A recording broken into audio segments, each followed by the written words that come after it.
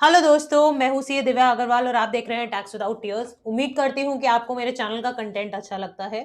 अच्छा लगता है तो दोस्तों शेयर करना, सब्सक्राइब करना और फॉलो करना ना भूलिएगा मेरे चैनल को। अब दोस्तों, आज अगर आपने देखा होगा जीएसटी पोर्टल पे कई सारी नई एडवाइजरीज आती हैं, काफ़ी सारे नए अपडेट्स आते हैं। इनमें से एक नया अपडेट जो है वो आ रहा है invoice management system. That is यहाँ पे अगर आप देखोगे कल 17 सितंबर को आया draft manual on invoice management system. इससे पहले भी ऑलरेडी दोस्तों 3 सितंबर को यहाँ पे एक इनवॉइस मैनेजमेंट सिस्टम को लेके एक नई बेसिकली एडवाइजरी इशू हो चुकी थी, जो कि ये कहता था कि आपका to enable the tax payers to efficiently address the invoices correction.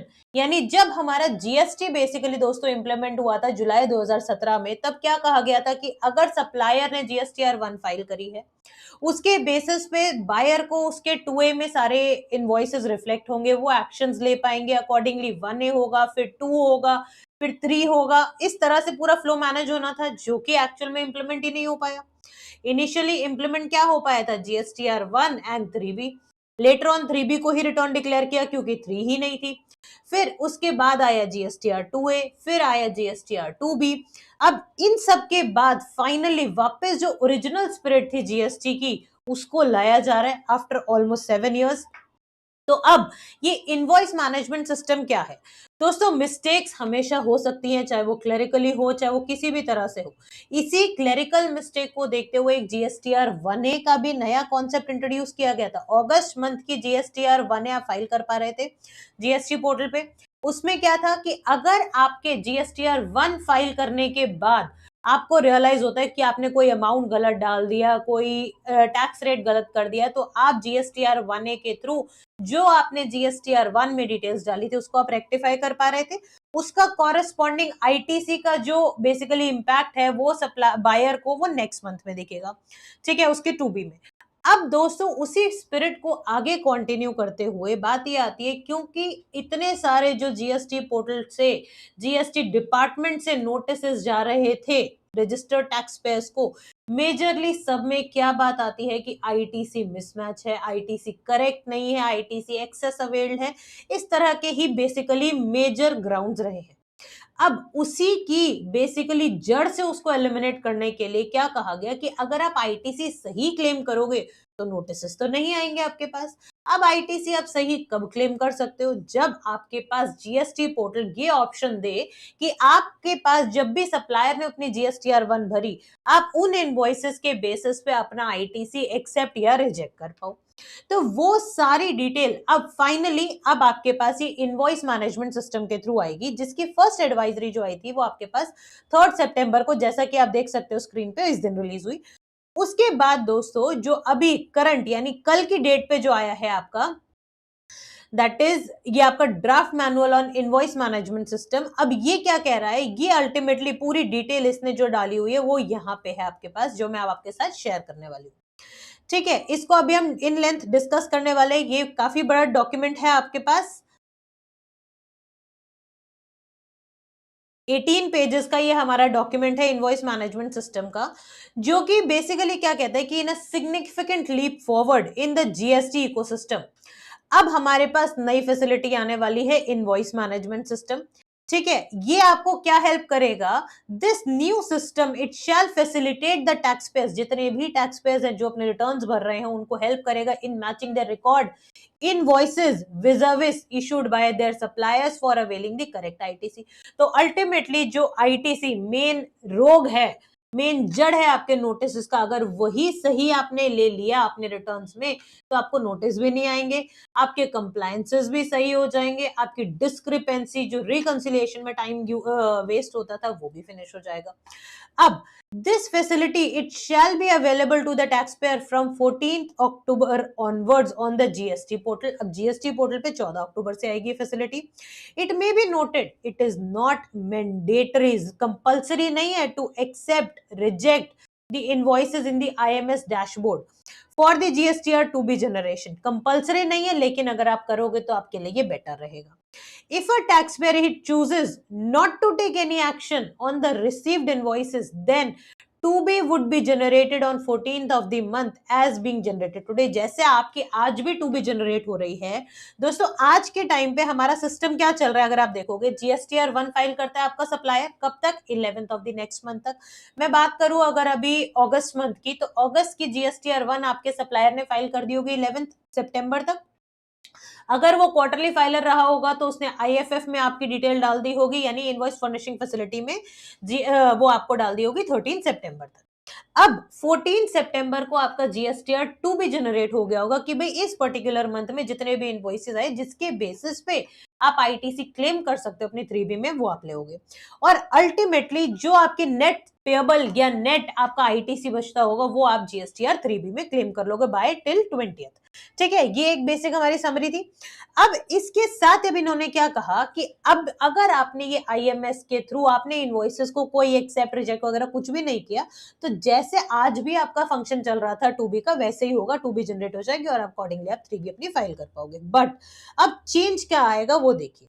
Change यहां आएगा, the invoices where no action has been treated shall be deemed accepted. वो बाय डिफॉल्ट हम लोग मान लेंगे एक्सेप्ट है, लेकिन अगर आपने एक्शन लिया, यानी या तो आपने उसको एक्सेप्ट कर लिया होगा इनवॉइस को जो सप्लायर ने डाला, या आपने रिजेक्ट कर दिया होगा, या आपने उसको पेंडिंग छोड़ दिया होगा। 3 तरह के एक्शंस हमारे पास अवेलेबल है, ईदर एक्सेप्टेड और रिजेक्ट और कीप पेंडिंग। तो अकॉर्डिंगली एक्शन लेगा आईएमएस। अदरवाइज अगर आपने तीनों ही एक्शन नहीं लिए तो हम डीम्ड अप्रूवल मान के हम उसको बाय डिफॉल्ट अपनी इनपुट में उसको एक्सेप्ट कर लेंगे और अपनी 3बी हम लोग फाइल करेंगे, यानी आईटी से हम उसको मान लेंगे। अब डिटेल गाइडलाइन क्या है कि जैसे आप जीएसटी की वेबसाइट पे जाओगे, लॉगिन करोगे, लॉगिन करने के बाद रिटर्न्स में जहां आप अपने रिटर्न्स भर पाते थे, अब आपके पास नया क्या आ जाएगा, इनवॉइस मैनेजमेंट सिस्टम। जैसे कि अब आप यहाँ पे स्क्रीन पे देख पाओगे, ये देखिए यहाँ पे सर्विसेज रिटर्न्स में इनवॉइस मैनेजमेंट सिस्टम आ गया है आपके पास, ये डैशबोर्ड आ गया।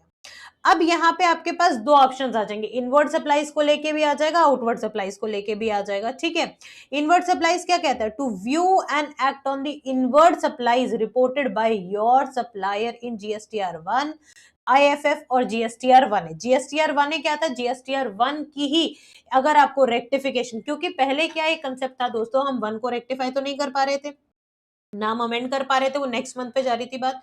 लेकिन अगर सपोज कीजिए मेरा इनवॉइस था 1 लाख प्लस टैक्स का सेल इनवॉइस, लेकिन मेरे बाय डिफॉल्ट क्लेरिकल मिस्टेक हो गई 10 लाख प्लस टैक्सेस हो गए, तो अननेसेसरी मुझे टैक्स पेमेंट ज्यादा करना पड़ेगा 3बी में, फिर मुझे रिफंड का या अननेसेसरी रिवर्सल का ऑप्शन देखना पड़ेगा। तो इट इज बेटर मैं उसी मंथ में रेक्टिफाई कर दूं। तो मेरे पास 1A का ऑप्शन आया, ये अगस्त ऑनवर्ड्स ही आएगी बेसिकली।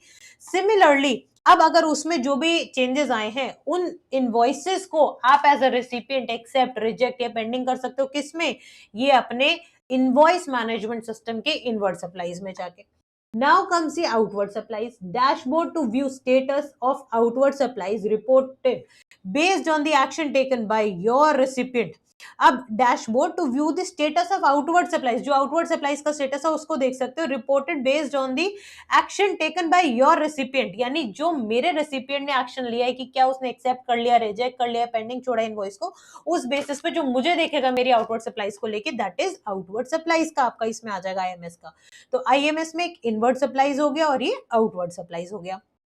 ठीक है, अब इनवर्ड सप्लाईज के लिए दोस्तों जब आप क्लिक करेंगे तो records where no action has been taken by the tax payer, it will be considered as deemed accepted for GSTR 2बी जनरेशन, यानी हम उसको बाय डिफॉल्ट मान लेंगे कि भाई वो एक्सेप्टेड है और उसके बेसिस पे आप 3बी अपनी फाइल कर पाओगे। अब यहाँ पे एक क्या आता है, जैसे आपने इनवर्ट सप्लाईज में क्लिक किया आपके पास वो डायलॉग बॉक्स आ गया, उसके बाद अब आप देखिए बी टू बी इनवॉइसेस की अगर अमेंडमेंट हुई है तो कोई कोई डेबिट नोट है, कोई क्रेडिट नोट है, कोई इनवॉइस ई कॉमर्स इनवॉइस है, या इन सभी के कोई भी अमेंडमेंट है वो आपको सेपरेटली दिख जाएंगे। अगर आपने एक्शन नहीं लिया होगा तो यहाँ पे दिख जाएगा, अगर एक्सेप्ट किया होगा तो इधर आ जाएगा, रिजेक्ट किया होगा तो इधर, और पेंडिंग आएगा तो इधर, बहुत इजीली आ जाएगा आपके पास। फिर गोइंग फर्दर, अब अगर आप इसको और डिटेल में क्लिक करोगे, यानी बी इनवॉइसेस को सपोज कीजिए मैंने क्लिक किया, तो यहाँ पे वो मेरे को क्या दिखाएगा, सीरियल नंबर दिखा देगा, आपको सप्लायर बता देगा, उसका ट्रेड नेम क्या है, उसका इनवॉइस क्या है, उसका इनवॉइस टाइप क्या है, आपने उसको एक्सेप्ट, रिजेक्ट या पेंडिंग क्या किया है, वो आपको स्टेटस दिखाएगा। जैसा भी आप एक्शन लोगे वो अकॉर्डिंगली आपको दिखाएगा। उससे ऊपर भी दोस्तों यहाँ पे रिकॉर्ड्स भी दिखा रहे हैं आपको, क्या आपको कॉलम्स हाइड करने हैं, यहाँ पे फिल्टर्स का भी ऑप्शन है। तो अब इसमें अगर आप आगे बढ़ेंगे तो देखिए filtering of records, As seen in the screenshot, simple filters they have been provided in the functionality बहुत easily, यानी आप based on GST नंबर आप एक साथ देख सकते हो कि भाई एक GST नंबर पे कितने इनवॉइस है, क्या वो मैच कर रहा है, तो एक साथ आप एक्सेप्ट कर सकते हो। इनवॉइस टाइप के बेसिस पे आप देख सकते हो invoice applied between particular date, source of returns etcetera and take the desired action on the invoices, कि भाई एक एक करके ना करके हमने ग्रुपिंग करके उसको फिल्टर आउट करके हमने उसको एक्सेप्ट या रिजेक्ट कर दिया। ठीक है, तो यहाँ पे आप देख सकते हो फिल्टर में जीएसटी नंबर है, इनवॉइस टाइप है, स्टेटस है, सोर्स एक्सेट्रा है। आप इसको बार बार ही वो ग्रुपिंग करके फिल्टर करके आप निकाल सकते हो, अपने डेटा को एक्सट्रैक्ट कर सकते हो और अकॉर्डिंगली आप एक्सेप्ट, रिजेक्ट और पेंडिंग भी कर सकते हो अपने डेटा को। मूविंग फर्दर, अब इसके बाद क्या कहता है, वंस देखो the action can be taken on the record by directly clicking on A for accept, R for reject, P for pending. Alternatively, the taxpayer can select the specified records by clicking on the checkbox for the respective record. After selection भी वो एक साथ accept reject वगैरह कर सकते हैं, ठीक है, वो उसको सेव भी कर सकते हैं। आप चाहो आपसे गलत हो गई है तो आप उसको दोबारा से, यहाँ देखो रीसेट का बटन, आप दोबारा उसको रीसेट भी कर सकते हैं। इसके बाद दोस्तों आपका डेटा काफी ज्यादा है, आपकी परचेज काफी ज्यादा है, आप उसमें प्रॉपर फॉर्मूलाज के थ्रू देखना चाहते हो तो आप इजीली इसको एक्सेल फॉर्मेट में डाउनलोड कर सकते हो और वहां पे एनालिसिस लगा के फिर आप इसको एक्सेप्ट रिजेक्ट भी कर सकते हो। मूविंग फर्दर दोस्तों, एक्सेप्ट या रिजेक्ट हो जाएगा, ये सारी चीजें भी आ जाएंगी। आप फिर अल्टीमेटली आप चाहो तो एक पेज पे जितने रिकॉर्ड्स है उसको भी आप एक साथ एक्सेप्ट कर सकते हो, या कंप्लीटली जितने सारे रिकॉर्ड्स आ रखे हैं सभी को अगर आप सारे सही लग रहे हैं तो आप सारे के सारे भी एक साथ आप कर सकते हो। That means select all the records of current page या select all the records of all the pages, तो आप इस तरह से करके आप उसको फर्दर आप प्रोसीड भी कर पाओगे। ठीक है, यानी अब दोस्तों जो एक बेसिक मिस्टेक होती थी कि भाई टू बी में भी कई बारी किसी और वेंडर का इनवॉइस आपको रिफ्लेक्ट कर गए क्योंकि जीएसटी नंबर की मिस्टेक थी, तो वो सभी चीजें एलिमिनेट हो जाएंगी। यहाँ पे आप एक्सेप्ट, रिजेक्ट और पेंडिंग भी कर सकते हो। साथ ही साथ दोस्तों इसके अलावा भी ऑलरेडी हमारे पास जीएसटी पोर्टल पे एक ऑप्शन था communication with the tax pair, जहां पे हम उसको इनवॉइस क्या है, क्या इनवॉइस में क्या डिटेल गलत गई, क्या नहीं गई है, वो सारी चीज भी हम कम्युनिकेट कर पाते थे, ताकि हमारे पास एक लीगल एविडेंस रहे कि भाई हाँ सो एंड सो इनवॉइस का गलत या तो हमारे पास 2A 2B में आ गया है या फिर वो हमारे पास अभी तक रिफ्लेक्ट नहीं हुआ, हम इस तरह से उसको इजीली मैनेज कर पा रहे थे। अब for the rest of the records, reset of the records, यानी अगर आपने गलती से कोई एक्सेप्ट कर ले जो आपको नहीं करने थे, ग्रुप ऑफ इनवॉइसेस के साथ ऐसा एक्शन ले लिया, तो you can very easily use the reset button जो मैंने आपको बताया। स्टिल इसके बाद भी दोस्तों यहाँ पे आप देखो व्यू एडवाइजरी का भी बटन है हमारे पास, हेल्प का भी है कि अगर आपको कोई भी इशू आता है तो you can definitely go ahead with that, और फिर फाइनली आप इसको सेव कर सकते हैं। डाउनलोड एंटायर आईएमएस इन दी एक्सेल फॉर्मेट, वो भी हमने देख लिया है।